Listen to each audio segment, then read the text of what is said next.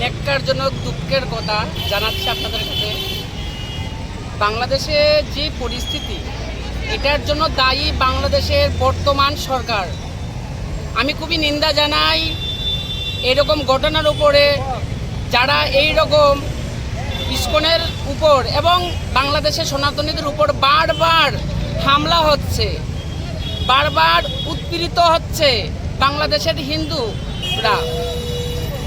এটা কখনো মেনে নেওয়া যায় না। আজকে দেখুন সারা পৃথিবী জুড়ে ইসকনের কেমন প্রচার, আপনারা সবাই নিজে ভালো করে জানেন। আজকে দেখুন সবার হাতে তো স্মার্টফোন আছে, যে দিন আনে দিন খায়, তার হাতে স্মার্টফোন আছে, সবাই জানে ইসকনের ব্যাপারে।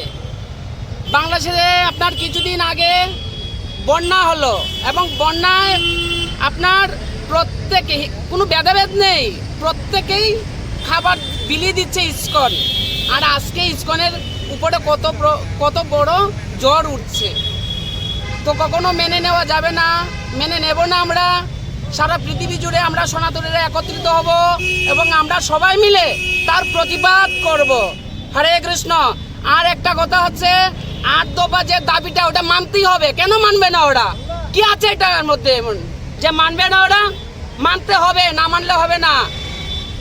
আপনার যোগী আদিত্যনাথ বলেছিলেন, বাটোগে তো কাটোগে, সবকা সাথ সবকা বিকাশ। ঠিক আছে, কিন্তু আমরা যদি আলাদা আলাদা থাকি তাহলে কোনোদিন আমরা বাঁচতে পারবো না। সবাই একত্রিত থাকতে হবে। হরে কৃষ্ণ। ভারত মাতা কি, ভারত মাতা কি। সনাতনী হিন্দু সমাজ জিন্দাবাদ, সনাতনী হিন্দু সমাজ জিন্দাবাদ, সনাতনী হিন্দু সমাজ জিন্দাবাদ। বাংলাদেশের দিকে দিকে হিন্দুদের উপর আক্রমণ করা হচ্ছে কেন?